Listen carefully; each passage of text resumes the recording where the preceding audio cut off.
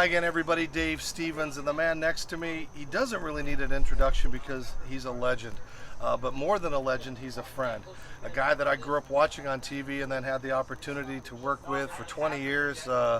He is Chris Berman. And Boomer, thanks for spending a little time with me. This is one of the few times we ever get to catch up, but it's great to see you. Cat, we call him Cat. Dave, great to see you, pal. Hey, nice it's great to see you in person. I mean, he texts now, and that's you've caught up with the world. That's somewhat. You're still on TV after all these years. Did you think in '79 that you'd still be in people's homes and still have a fan base and people that love Boomer? No, it's not about me. I mean, I'm able 42 years later. I was 24 when I started ESPN, as you know.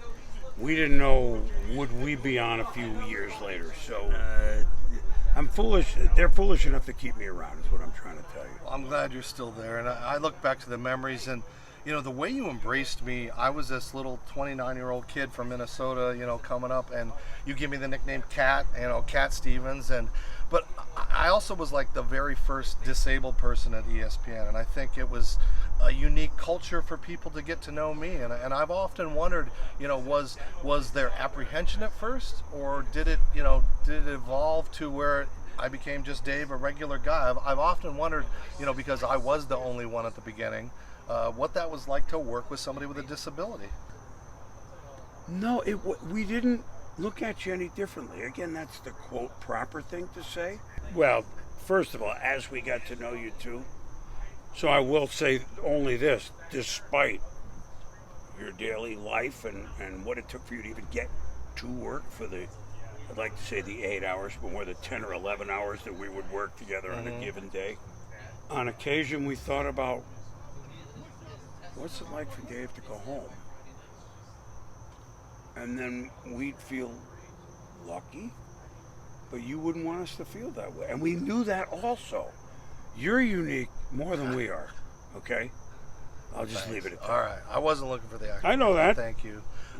As we wrap up, I know you get put on the spot all the time, but, I pick memories that I've seen, the things that you've covered.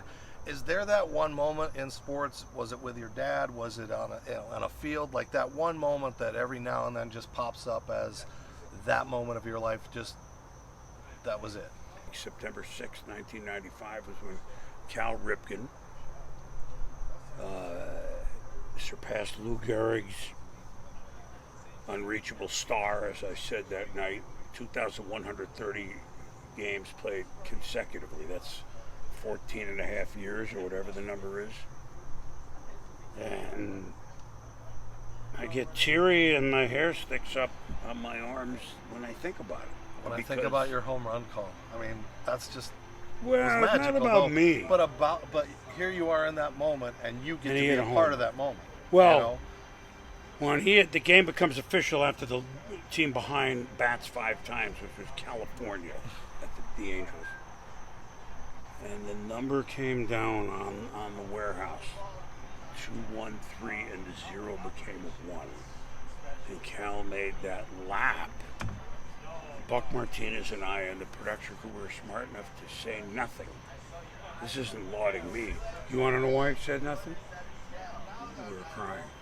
Not all 22 minutes. Right. Tears of happiness. I'm tearing up a little now. Joe DiMaggio was in the stadium representing Lou Gehrig. That's pretty heavy, right? I mean, there are others, his dad and mom, and I mean, we could go on and on, Earl Weaver and Brooke Robinson and the back. Joe DiMaggio was there representing my teammate, Lou Gehrig. Okay, this is 1995. Lou's not been with us for 60 years. That was a night for America and going to work. More than just, hey, it's a great baseball moment, it's a good record. No.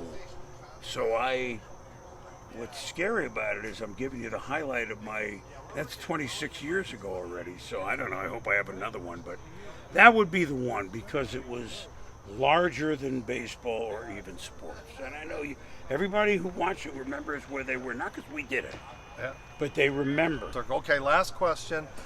Hopefully in 20 or 30 years, what do you want to be known for? What's your tombstone? What's your I call it my legacy, but what's your legacy? You know what? If they put on my tombstone, and I know you well enough to know it, the same with you. Forget everything else. He was a good guy. Just put that on there. Not that he did. The hell with him. He was a good guy. I'm good. You know, my kids could read that, or my grandkids could read that. He was a good guy. Yeah, maybe he was. Although your kids always like, Dad, you know. Yeah. Grandkid, I have a better shot with, you know. But look, I'm sure if they put that on yours, you'd be pretty satisfied, wouldn't you, Dave? Yeah, I'll take up less of a casket too. I only have to buy half, so See, you're compact. I told you about your attitude.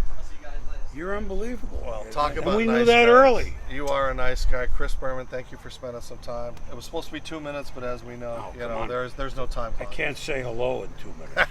So let alone, and look, we don't get a chance to visit as longtime friends that much on camera or without, and I wish you luck with your newest endeavors, because you have your compass, my friend, is always pointed north, Oh, thank you. despite whatever life, and it's given you a lot rougher than any of us will ever know ourselves.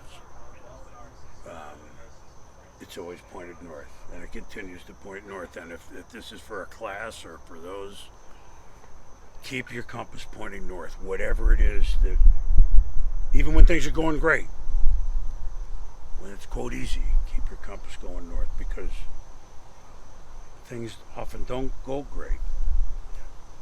Keep your compass pointing north. Chris Berman, thanks, brother. Love you so much, man.